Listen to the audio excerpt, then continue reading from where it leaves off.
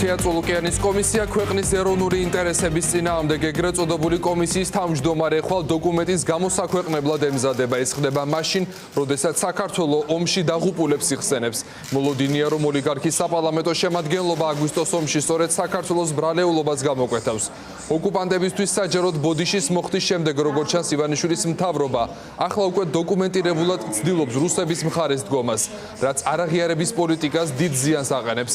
წულუკიანის სამიზნეშია ყველა, მათ შორის ევროპაში მყოფი გიორგი გახარია, რომელსაც ეროვნული ინტერესების წინააღმდეგ მოქმედებებში ადანაშაულებენ. პარტიაში არ გამორიცხავენ, რომ გახარიას ბრალი არჩევნებამდე წაუყენონ.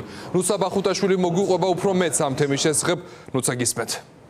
დიახ, გიორგი, იქნება თუ არა თეა წულუკიანის საგამოძიებო კომისიის დასკვნა რეპრესიებისა და დევნის ახალი ტალღის საფუძველი. ეს არის ის მთავარი შეკითხვა, რომელზე პასუხი ცხვალ გახდება ცნობილი. მას შემდეგ, რაც კომისია დასკვნას გაასაჯაროებს. სადავო ლეგიტიმაციის პარლამენტში კომისია თებერვალში შეიქმნა და უფლებამოსილების ვადა უკვე 3-ჯერ გაიხანგცლივა. თავდაპირველად ოცნების წარმომადგენლები ნაციონალური მოძრაობის პერიოდში სხვადასხვა სახის დარღვევებს სწავლობდნენ, თუმცა მალევე მანდატი გაიფართოვეს და მათი ინტერესის საგანი ყოფილი თანამდებობის პირების 2003 წლიდან დღემდე საქმიანობის შესწავლა გახდა.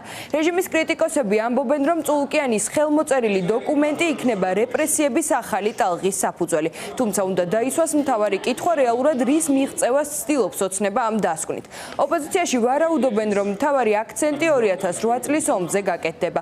ომის დაწყებაში კი საქართველოს დაადანაშაულებენ. ეს იქნება საფუძველი კომისიის დაპირებისა პარტიების აკრძალვასთან დაკავშირებით. ოპოზიციაში ვარაუდობენ, რომ კომისიის დავალებით საკონსტიტუციო სასამართლო ნაცმოძრაობას დანაშაულებრივ ორგანიზაციად გამოაცხადებს, რასაც მოჰყვება, როგორც ოცნებაში უწოდებენ კოლექტიურ ნაცმოძრაობაში შემავალი პარტიების აკრძალვის საკითხის განხილვაც. შეგახსენებთ, წულუკიანის კომისია უკვე გახდა პოლიტიკური რეპრესიების ინსტრუმენტი. იქ გამოუცხადებლობის ბრალდებით დააკავეს 8 პირი: ზურაბ გირჩი ჯაფარიძე, ნიკა მელია, ნიკა გვარამია, ბადრი ჯაფარიძე, მამუკა ხაზარაძე, გიორგი ვაშაძე, გივი თარგამაძე და ირაკლი ოქრუაშვილი. კომისია ექს-პრემიერ გიორგი გახარიას საქმიანობითაც დაინტერესდა.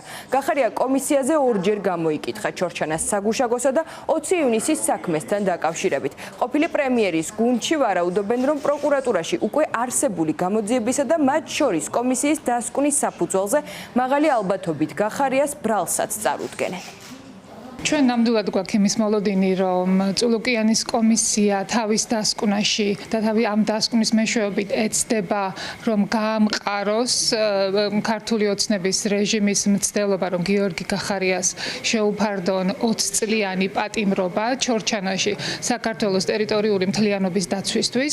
რა თქმა უნდა, ჩვენ ხედავდით, რომ მთელი ამ თვეების განმავლობაში ქართული ოცნება და წულუკიანი ცდილობდნენ, რომ დისკრედიტაცია მოეხდინათ როგორც საქართველოს არღებული ძალების, ზოგადად სახელმწიფოებრიობის და რა თქმა უნდა ეს გამოყენებული იყო პოლიტიკური დევნის იარაღად. ვნახეთ ციხეში ჩასმული პოლიტიკური ოპონენტები და ვნახეთ ის კონკრეტული დევნა, რასაც წულუკიანი და კომისია ახორციელებს გიორგი გახარიას მისამართით. იმ ჭორბიურომ, რომელიც ეგრეთ წოდებულ პარლამენტში შექმნეს, ხვალ უნდა გამოაქვეყნოს დასკვნა, რომელიც იქნება ქართული სახელმწიფოს ჩვენი დემოკრატიზაციის დიდი გამოწვევა და პრობლემა. იმ ნაწილში, რომ ამ დასკვნით ქართულ ოცნებას გადაწყვეტილი აქვს ერთი უღალატო სამშობლოს და დაადანაშაულოს საქართველოს ომის დაწყებაში, მეორე გამოიყენოს დამატებითი რეპრესიებისთვის პოლიტიკური პარტიების და პოლიტიკური ლიდერების მიმართ. ეს ორი ამოცანა აქვს ქართულ ოცნებას და მას საერთოდ ფეხებზე კიდე აქვს ჩვენი ქვეყნის ეროვნული ინტერესი.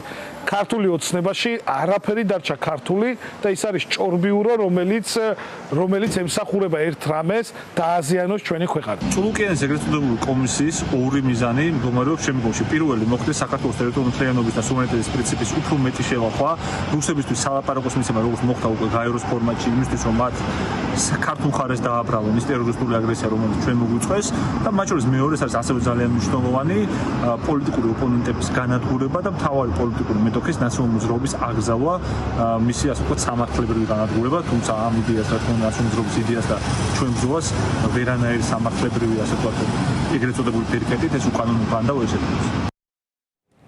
კომისიის დასკვნას ელოდებიან ქართულ ოცნებაშიც. პარლამენტის დე-ფაქტო თავმჯდომარის შალვა პაპუაშვილის განცხადებით, კომისიამ საკუთარი მუშაობით კიდევ ერთხელ აჩვენა ხალხს ნაციონალური მოძრაობის დანაშაულებები.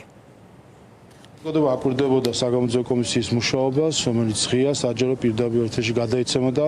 ყველამ თავისი ყურით მოისმინა კიდევ ერთხელ ის დანაშაულები, რომელიც სააკაშვილის რეჟიმს აქვს ჩადენილი. ყველამ კიდევ ერთხელ მოისმინა ის დანაშაულები, რომელიც უკვე ოპოზიციაში გადასვლის შემდეგ გააგრძელა ნაციონალურ მოძრაობამ, როგორც იდეოლოგიურმა ფრთამ. ეს ყველაფერი ჩვენ ნახეთ და მოვისმინეთ და ყველა მტკიცებულებებიც გამოჩნდა. ვიცი მე რომ საგამოძიებო კომისია საკმაოდ მოცულობით დოკუმენტს ამზადებს, ასე რომ ველოდებით საბოლოო დოკუმენტს, რომელიც შემდეგ უკვე პარლამენტი პლენარულ სხდომაზე განიხილავს სექტემბერში და სექტემბერში უკვე პარლამენტს ექნება შესაძლებლობა, რომ თლიან დოკუმენტს გაეცნოს, იმსჯელოს და შესაბამისი დასკვნები გამოიტანოს.